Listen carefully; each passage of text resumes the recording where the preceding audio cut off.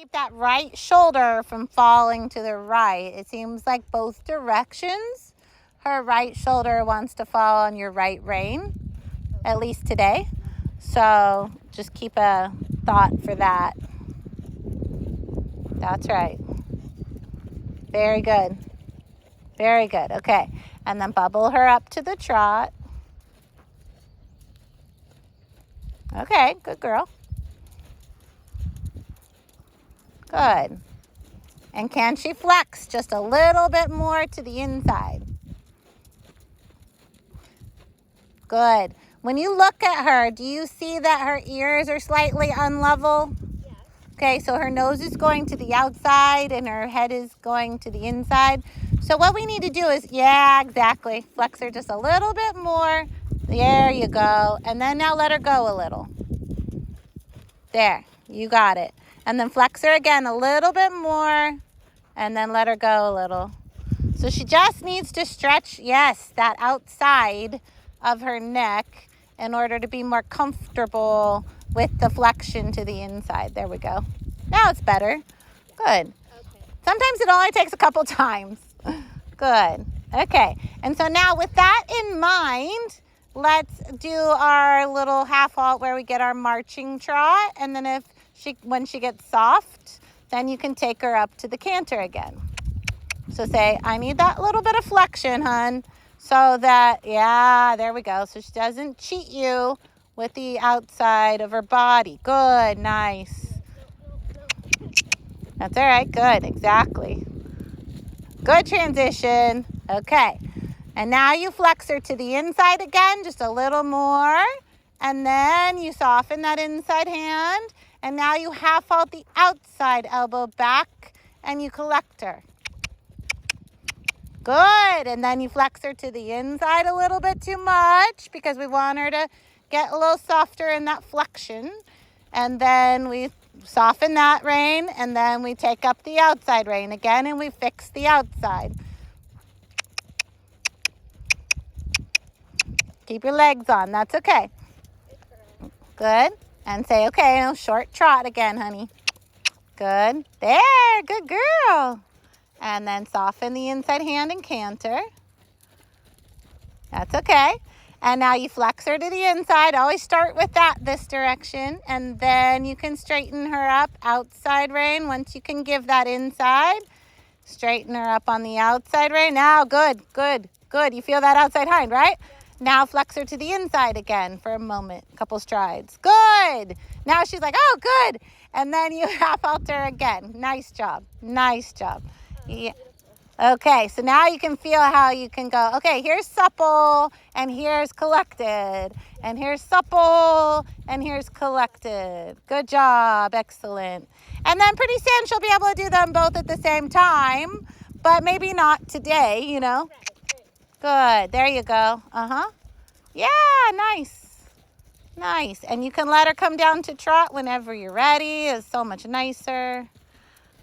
That's fine. Good. And say to her, supple a little bit. Little flexion. And then now outside elbow comes back and then you do the little short trot to a walk. Nice. Good. You're going down your hallway. You're going to ask him to look in. So little flexion. Now open the door. Open the door. Yes. Good job.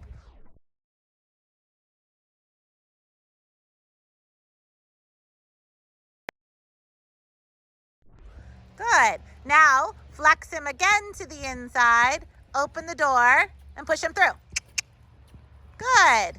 Now do it one more time. Flex him to the inside. Open the door. Yes. Much better. Much better.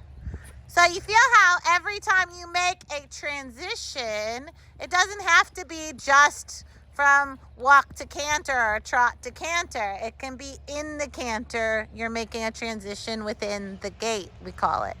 Or a half halt is another way to call it. Good. Good.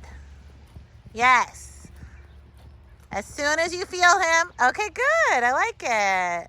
As soon as you feel him getting lazy, you make a transition or a transition within the gate. Good job. Good job.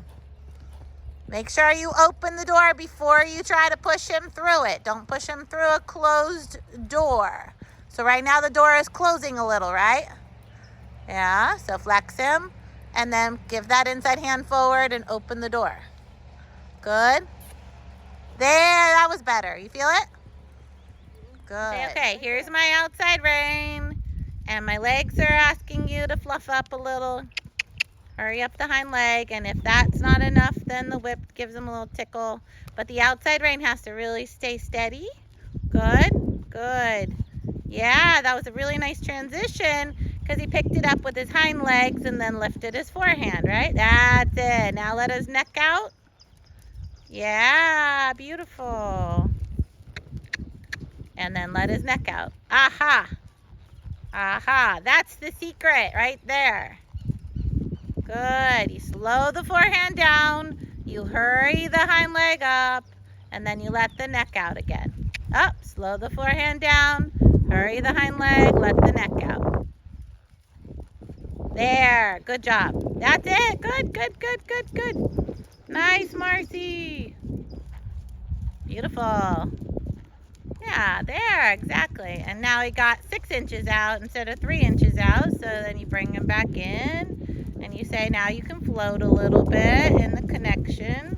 And if you get too far up there, like there, then I'm going to half off. Outside rein, steady. Flex him a little bit to the inside and then soften and let him go out. Yeah, and then find that forward little bit from the hind legs that lets him carry his front end uphill. Good, good, good. Super. Super, super. Now do just a little tiny pulsing half halt. So half halt, leg, and then let him out forward. So what you're looking for in this half halt is actually that his pole comes up. Yeah. Keep your connection. Poles comes up because you activate the hind legs. So hold the outside rein and ask him for more hind leg. Give him a little tickle with the whip. Ah, that's better. There, that's it. That's what I'm looking for. Good. And then let him out with your hands and let him go a little bigger in his stride. Yeah. So that's what we do with Chancho when you're getting him ready for your lengthening in the trot, right?